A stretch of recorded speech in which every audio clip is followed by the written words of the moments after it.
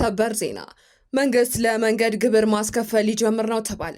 ግብሩ የፌዴራል መንግስት ያለበትን የገንዘብ ጫና ለመቀነስ ያለመ መሆኑ ተገልጿል። ይህ አዲስ ግብር በመንግስት በተገነቡ መንገዶች ላይ የሚንቀሳቀሱ ተሽከርካሪዎች በሙሉ ግብር እንዲከፍሉ ያስገድዳል ተብሏል።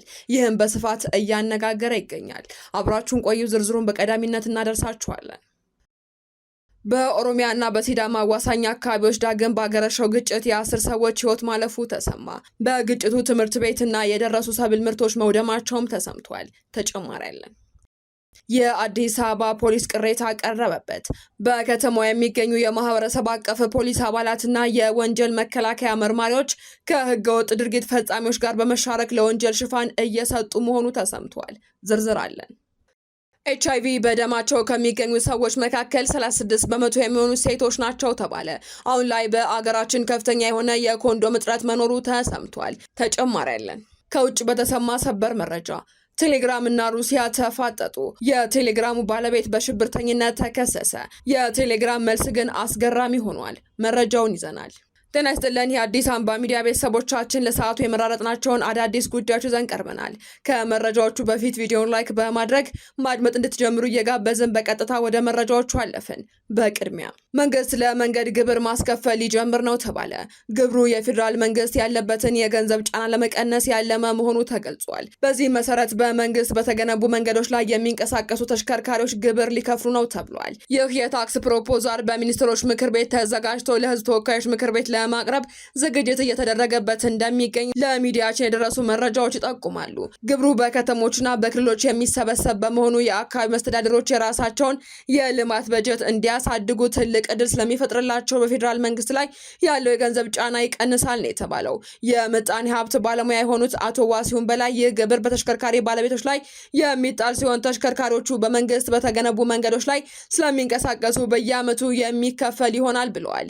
ይህም ከመደበኛ ተሽከርካሪ አመታዊ ምርመራ ወይንም ቦሎ ጋር ተያይዞ ሊመጣ የሚችል ግዴታ ነው ብለዋል። የምጣኔ ሀብት ባለሙያው እንደገለጹትም ግብር አጣጣሉም እንደ ተሽከርካሪዎች አይነትና እንደሚያመነጩት ጭስ ወይንም ካርቦን ሊለያይ እንደሚችል ተናግረዋል። ይህ ማለት ብዙ ጭስ የሚለቁ አሮጌ ተሽከርካሪዎች ከፍተኛ ግብር እንዲከፍሉ፣ አዳዲሶች ደግሞ ዝቅተኛ እንዲከፍሉ ሊደረግ ይችላል ተብሏል። ይህ አሰራር በሌሎች ሀገራት ለምሳሌ በኬንያ፣ በሩዋንዳና በአውሮፓ ሀገራት የተለመደ ሲሆን መንግስት ለመንገድ ጥገና የሚውል ተጨማሪ ገቢ እንዲያገኝ ያስችለዋል ተብሏል። የምጣኔ ሀብት ባለሙያው አክለውም ዝርዝር ደንቦችና መመሪያዎች ወጥተውለት ወደ ተግባራ እንደሚገባ እንዲሁም የኢኮኖሚን የገቢ ምንጭ እንደሚሆንም እንደሚጠበቅ ተናግረዋል። ከዚህ ግብር የሚገኘው ገቢ ከአጠቃላይ የአገር ውስጥ ምርት ወይንም GDP 0.2 በመቶ ድርሻ ይኖረዋል ተብሎ እንደሚገመትም ተጠቁሟል። በኦሮሚያ እና በሲዳማ አዋሳኝ አካባቢዎች ዳግም በተቀሰቀሰ ግጭት የሰው ህይወት አለፈ። በግጭቱ ትምህርት ቤቶችና የደረሱ ሰብል ምርቶችን መውደማቸው ተሰምቷል። ባለፈው ሳምንት በኦሮሚያው ጊርጃ ወረዳ ጉቤ ሄማ ቀበሌና በምስራቅ ሲዳማ ዞን ጭሪ ቀበሌ መካከል ባገረሸው ግጭት የ10 ሰዎች ህይወት ያለፈ ሲሆን በደርዘን የሚቆጠሩ ሰዎች ቆስለዋል ተብሏል። እንዲሁም በበርካታ ቀበሌዎች የሚኖሩ በሺዎች የሚቆጠሩ ነዋሪዎች ተፈናቅለዋል ሲሉ በሁለቱም ወገን ያሉ የአካባቢው ነዋሪዎች ተናግረዋል። ነዋሪዎቹ ግጭቱ በአካባቢው ላይ የነበረውን መረጋጋት በእጅጉ ማደፍረሱን ገልጸዋል። የምስራቅ ጉጂ ዞን የጊርጃ ወረዳ ነዋሪዎች በበኩላቸው በአጠቃላይ በጉጂ በኩል ጊርጃ ወረዳ ወደ 12 የሚጠጉ ሰዎች ሲገደሉ ወደ 40 የሚጠጉ ደግሞ ቆስለዋል ብለዋል።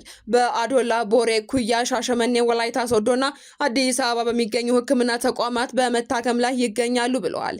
በተጨማሪም በርካታ የመኖሪያ ቤቶችና የጉቤ ሄማ የአንደኛ ደረጃ ትምህርት ቤት ወድሟል ነው የተባለው። የአዲስ አበባ ፖሊስ ጠንካራ ተቃውሞ ገጠመው።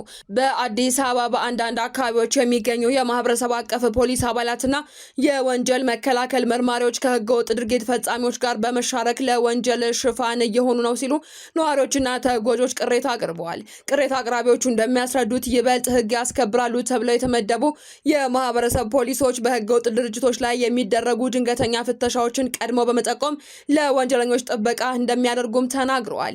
እንዲሁም ሁሉም ተጎጂዎች የሌባና የእገታ መረጃ፣ ምስክርና ማስረጃ ይዘው ወደ ፖሊስ ጣቢያ ሲሄዱ ተገቢውን ፍትህ ከመስጠት ይልቅ ለተጨማሪ እንግልትና ለሙስና ጥያቄ እንደሚዳርጓቸውም ገልጸዋል። ይባስ ብሎ እቃችሁ ኤግዚቢት ሆኖ ይቆይ በሚል ስጋት ተጎጂዎችን በማስፈራራት ወንጀለኛውን ከተጎጁ ጋር አደራድሮ የመልቀቅ አሰራር እየተስፋፋ መምጣቱንም ተናግረዋል።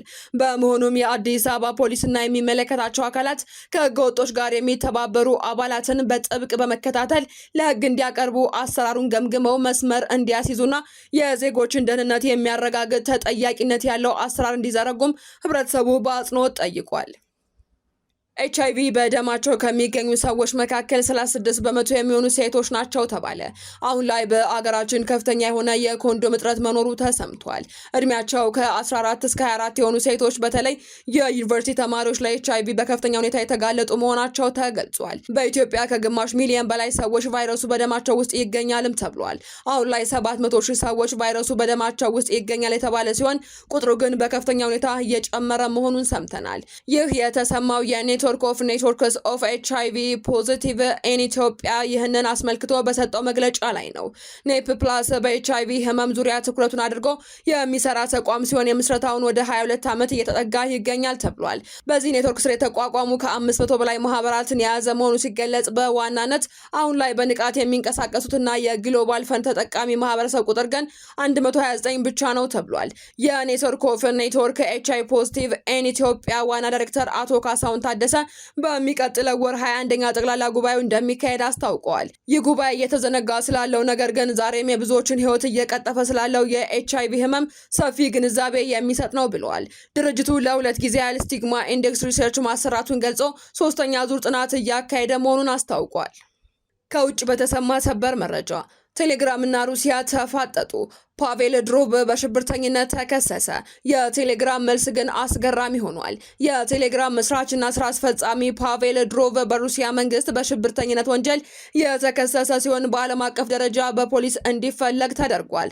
ጥፋተኛ ሆኖ ከተገኘም የዕድሜ ልክ እስራት ሊበየንበት እንደሚችል ተዘግቧል። እንደ ሩሲያ የደህንነት መስሪያ ቤት ገለጻ ከሆነ ቴሌግራም የዩክሬን የስለላ ድርጅቶችና የሽብር ቡድኖች በሩሲያ ውስጥ ጥቃት፣ አጥፊ ድርጊቶችና የሳይበር ማጭበርበርን ለማስተባበር የሚጠቀሙባቸው ቻናሎችና ቦቶችን ለማገድ ፈቃደኛ አልሆነም ነው የተባለው።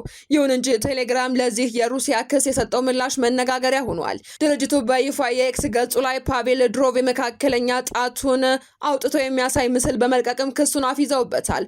ፓቬል በበኩሉ የሩሲያ መንግስት የወንጀል ክሶችን እንደ ምክንያት በመጠቀም የዜጎችን የግል ሚስጥር የመጠበቅ መብትና የነጻነት ሀሳብን የማንጸባረቅ መብት ለማፈን እየሰራ ነው ሲልም አዙሮ ከሷል። ይህ ክስተት ሩሲያ በሀገሪቱ ውስጥ ባለው ኢንተርኔትና ማህበራዊ ሚዲያ ፍሰት ላይ ጥብቅ ቁጥጥር በማድረግ ላይ ባለችበት ወቅት የተከሰተ ሲሆን ቀደም ሲል በርካታ የውጭ ሀገር ማህበራዊ ሚዲያዎች በሩሲያ ውስጥ እገዳ እንደተጣለባቸው ይታወሳል። መረጃዎቻችን አበቃን። በሰላም ቆዩን።